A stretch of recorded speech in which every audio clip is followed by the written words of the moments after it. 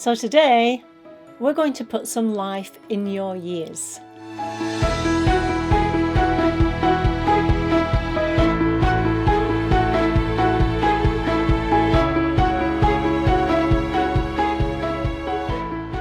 Hi, my name's Christine L. Conroy. Welcome to Happy Stuff and Fluff, a channel for women over 50 who are getting happy and growing younger. I have to say, I think Mr. Freud's been drinking because I can't stand him up.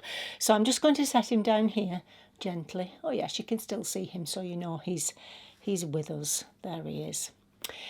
Okay, so I can hear you saying, what are you talking about? You've just spent ages telling us that we're all going to live longer, and now I'm saying that it isn't the years in your life that count, but it's the life in your years.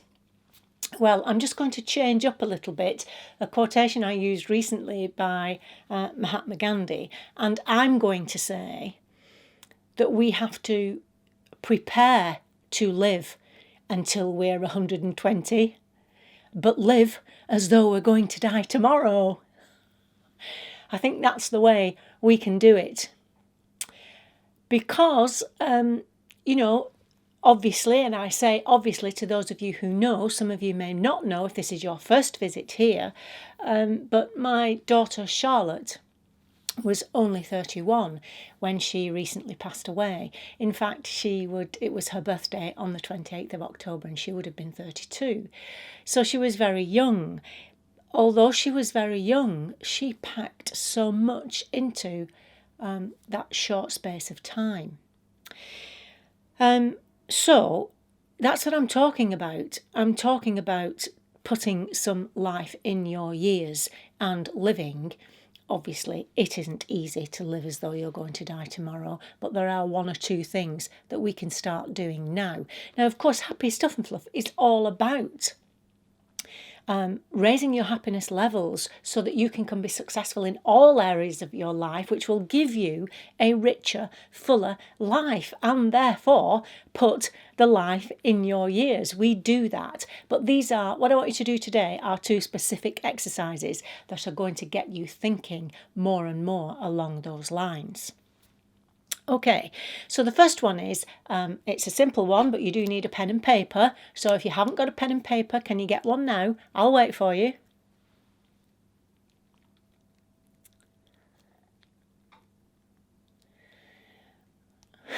Okay, I'm going to ask you to write something down. I don't want you to think about it too much. I'm just going to ask and I want you to start writing straight away.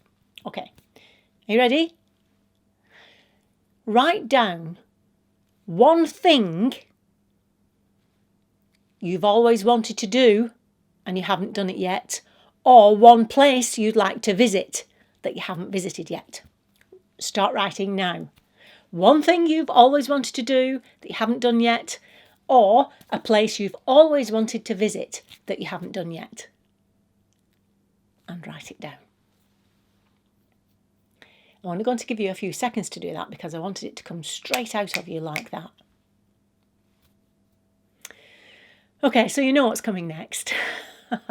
I'm sure you do. Because my next question to you is, when would now be a good time to do it?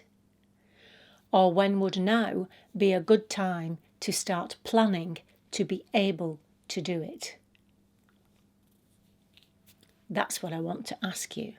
Because although, yes, we've been talking about the fact that physically we soon may be able to live to be 120, even David Sinclair and all the scientists in the world cannot guarantee you time.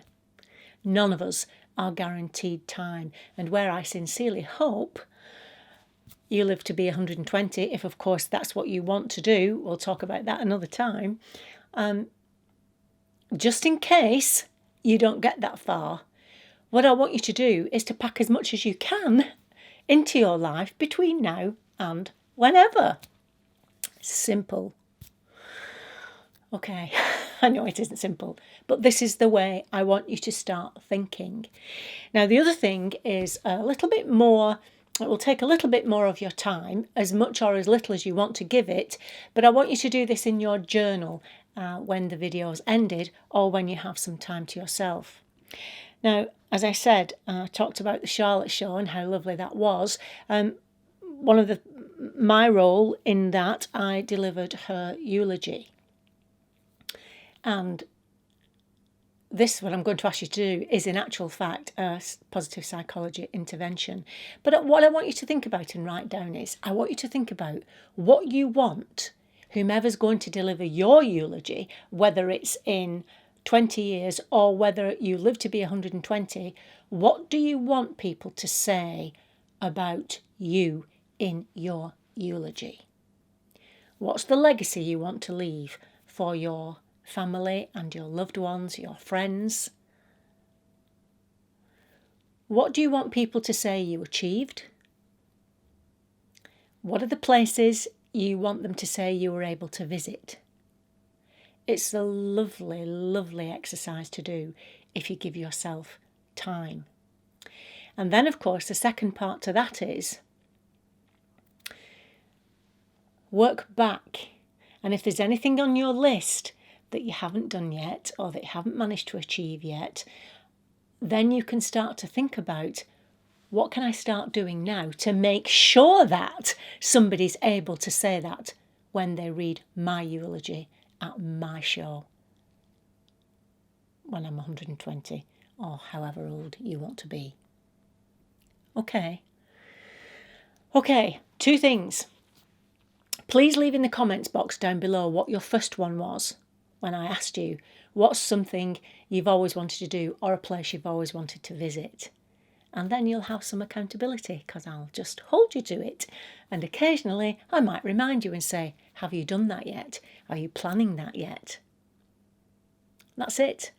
And that's it for today, short and sweet. But if you do those 2 things, I promise you, they will really pack a punch and get you thinking in a particular way that will ensure that you start adding more life to your years. If you haven't done already, please subscribe, and at the side of the subscription thing you'll see a little bell. If you hit that, I think it says, do you want to be notified on a personal level or for all? If you hit all, then every time a video comes out, you'll get a little message notifying you that a new video's come out on Happy Stuff and Fluff. Okay, so until the next time, remember that on the Happy Stuff and Fluff, we are getting happy and growing younger. And I'll see you next time. Bye-bye.